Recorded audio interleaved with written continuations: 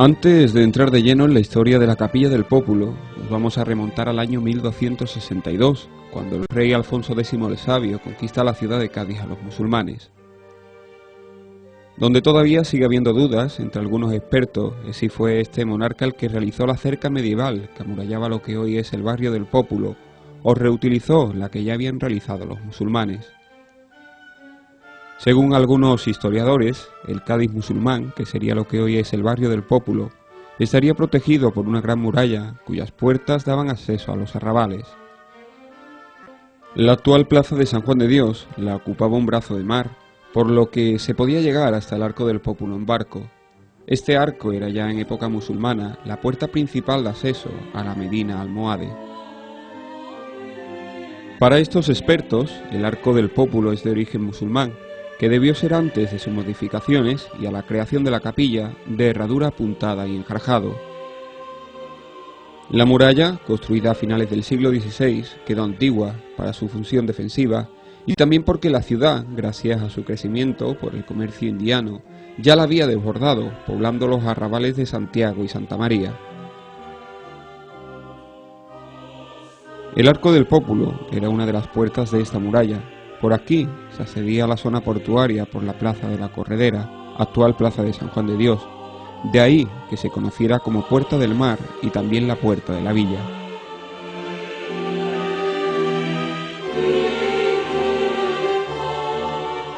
La Capilla del Pópulo va a tener su comienzo por un hecho que resultó funesto, aunque también iba a ser punto de inflexión para la ciudad gaditana.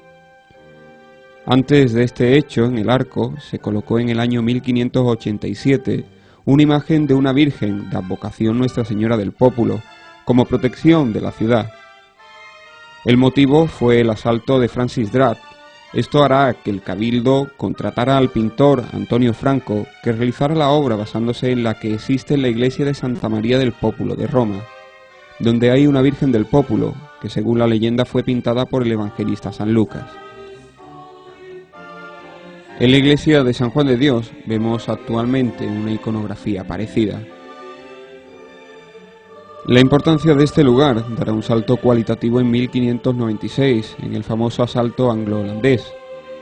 El suceso que más nos interesa lo podemos contemplar en un cuadro que podemos visitar en el Museo de la Catedral.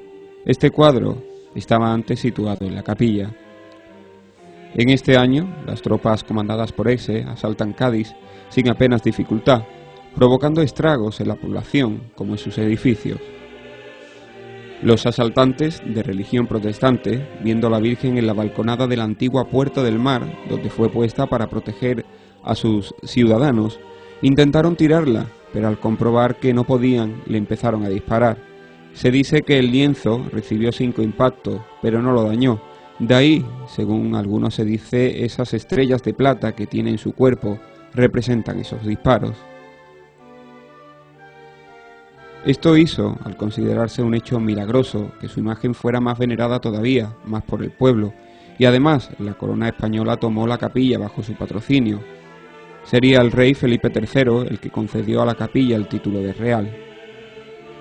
En un principio se quiso trasladar la imagen a otro lugar que fuera más seguro, pero los ciudadanos querían que permaneciera en el lugar de los hechos, de ahí que se construyera la capilla en el mismo lugar. Para no cegar la puerta de entrada, se adosó a la muralla y se situó en lo alto, creando así un túnel que vemos actualmente. La capilla se empezó a construir en 1621 con la polémica sobre la ubicación, ya que los ciudadanos querían que se mantuviera en el mismo lugar. Por eso la arquitectura de este edificio es compleja, ya que para no cegar el túnel se adosó en alto el lienzo de la muralla, donde se situó el cuadro de la Virgen.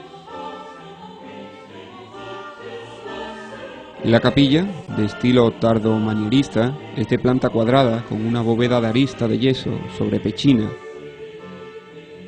El arco toral, que da cobijo a la zona del presbiterio, se estucó y policromó. En su restauración se ha recuperado su antigua decoración. Ya en el interior de la capilla podemos ver el retablo mayor, obra de Alejandro Saavedra en madera dorada y realizada a mediados del siglo XVII. Autor también de los retablos de la iglesia de Santiago y de la Catedral Vieja. Su idea era que contuviera únicamente pinturas y de ahí que fuera el único retablo pictórico de la ciudad, pero los cambios posteriores hicieron perder esta característica que lo hacía único. Aunque sigue la línea retablista estipulada por la Contrarreforma, articulada en 3 calles, tiene la particularidad, propiamente barroca, del adelantamiento central y como decoración, la columna salomónica, además de las columnas de orden corintio de fuste entorchado. En el ático del retablo, en una arquitectura de estilo manierista llamada serliana por el influyente arquitecto italiano, se compone de un arco de medio punto y 2 vanos rectangulares. La parte más baja se denomina zócalo, que originalmente era de madera policromada y con un añadido posterior de mármol, blanco de Carraca y rojo de Verona. Luego está el banco, donde se sitúa el sagrario de estilo neoclásico.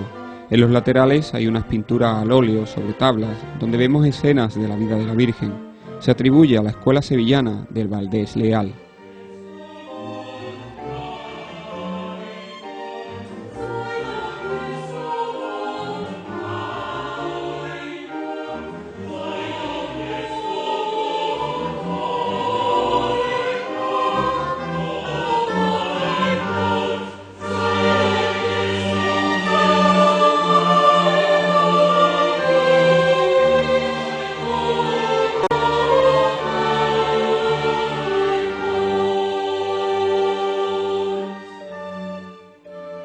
Un retablo se lee desde la perspectiva del presbiterio, cuando mira a sus fieles. La calle central es la más importante, ya que es donde se encuentra el mensaje central, y la derecha, zona de la Eucaristía, más importante que la de la izquierda, que es la zona de la epístola.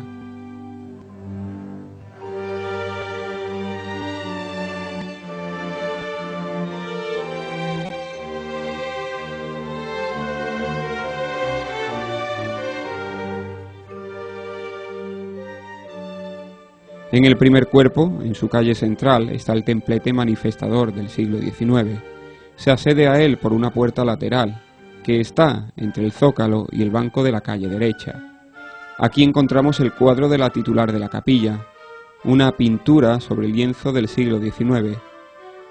No es el original, que se pierde en el siglo XVIII.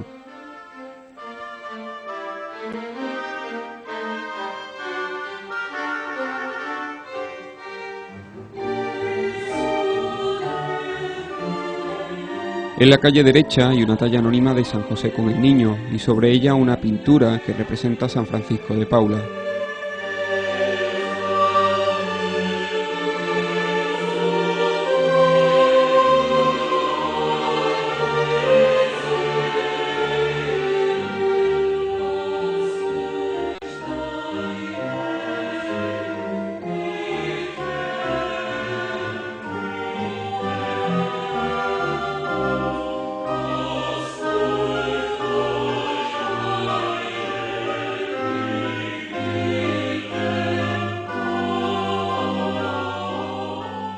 En la calle izquierda, de este primer cuerpo, está la figura de San Saturio, patrón de los asturianos, donada por la comunidad soriana que vivía en Cádiz.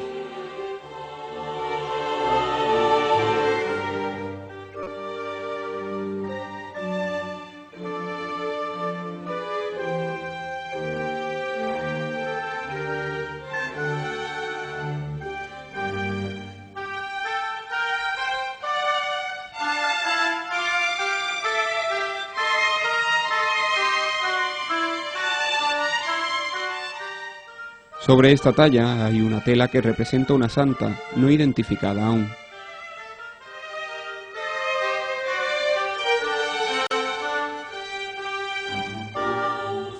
Pasando el segundo cuerpo, en la calle central, hay un cuadro, óleo del siglo XVII, de autor desconocido, que tampoco es el original, que se ubicaba aquí, que representa la Anunciación.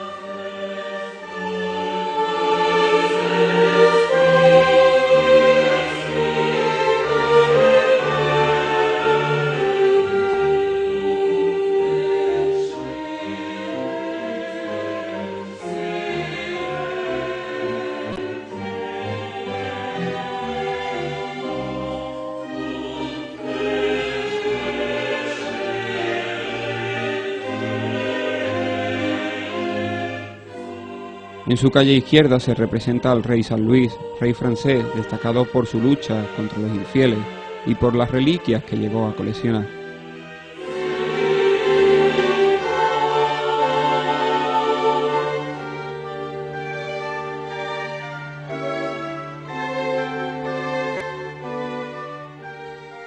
En la calle derecha está el cuadro que representa el episodio de la conversión de San Pablo en su caída del caballo, cuando es fulminado por un rayo.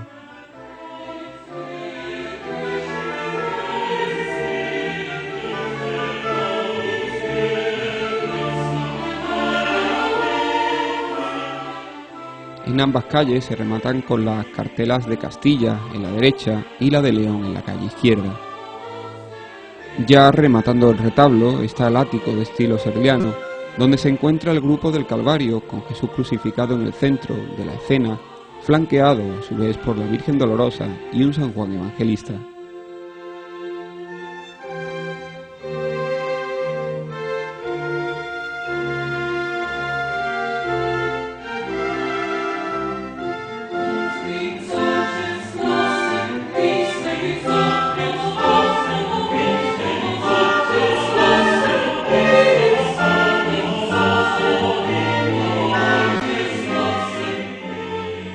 Los retablos laterales son también realizados en madera dorada y por el mismo autor en el siglo XVII.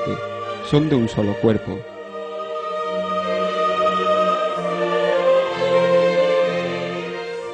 En sus áticos están las dos figuras que son los pilares de la iglesia, San Pedro y San Pablo. Al igual que sucediera en el retablo mayor, el significado original se perdería en el siglo XVII, ya que probablemente tendrían lienzo con escenas de la vida de la Virgen.